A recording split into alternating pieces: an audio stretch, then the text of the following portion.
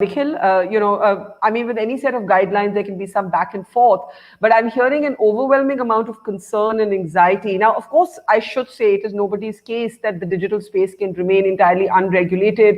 It is liable to the same set of laws as any other platform, and I've always seen even tweets and posts as liable to the country's laws, sometimes against the opinion of my friends who thinks that there's an absolute free speech. Nikhil, is there anything in these guidelines that reassures you, that you actually agree with? Let me start the other way around. And let me just unmute you. Yeah, go ahead. Yeah. Sorry, because there's one little tidbit that I found interesting. In the grievance redressal mechanism, at least in the leaked guidelines, for when content is taken down, it actually allows the originator of the message to contest it and for it to potentially be put back. And that's something which I think we had argued for back when the 66A 79 Shreya Singhal case was being heard back in 2015, and we didn't get that from the Supreme Court when it came to Section 79. But this is one little interesting tidbit that I've noticed. Of course, it's overridden by the fact that the takedown is also now happening purely on the basis of a complaint to the grievance redressal system that exists. So, look, this is essentially policy opportunism by the Indian government. They have looked at a host of issues when it comes to streaming services, news regulation, and especially when it comes to social media, and they've basically gone beyond what the law allows them to do, and I'm sure Pranesh will corroborate this, and just thrown everything at it in one go. So I can't wait for this to get to court, for cases to be filed, and for these regulations to be declared unconstitutional and taken down. Of course, like they did in case of Aadhaar, while the case is going on, they could probably then issue a law, or they could pass a law that validates some of these guidelines or regulations. But at this point in time, even with, I'm not a lawyer, but to me, it looks like this is not backed by law. They've been very innovative in the way they've used grievance redressal to address, to create a regulatory mechanism for streaming services, for news media, and it's just bizarre the way this has all been done. Mr. Javadekar said multiple times that no regulatory framework exists, or no self-regulatory framework exists for OTT streaming services. But if the first set of self-regulatory guidelines were issued by the IMAI with 9 signatories back in 2019.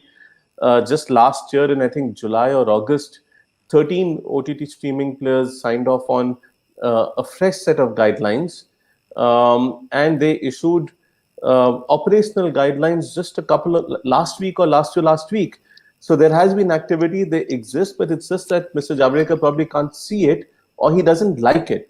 Because, via an RTI, we had found that Ministry of Information and Broadcasting had actually written to the IMAI, indicating that they don't like the code that has been created by the industry.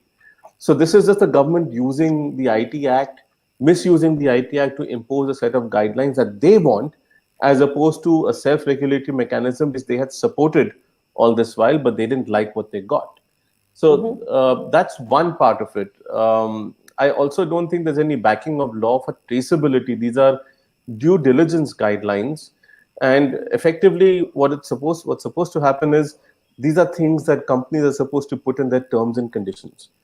But you can't use that to ensure traceability of the originator of a message, or even to do proactive takedowns. You'll remember back in 2011-12, Kapil Sibal had asked for pre-censorship of social media.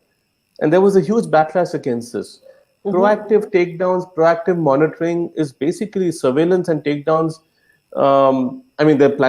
They're suggesting the usage of algorithms for this, but algorithms are imperfect. So, this might lead to more censorship of speech. And someone mentioned public order. And, I did. I was talking about what a gray area it is.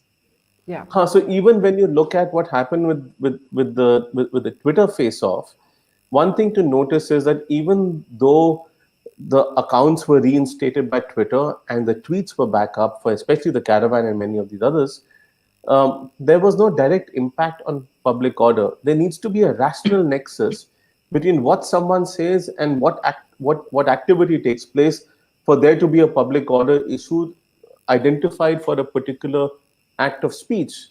So this is just a mechanism for control. And I can't remember an instance where such a comprehensive act of exerting control has taken place where you're impacting privacy with traceability. Signal will not survive these regulations. You're impacting free That's speech with interesting. You're saying Signal would not survive it because you're obliged to give the original exact sort of.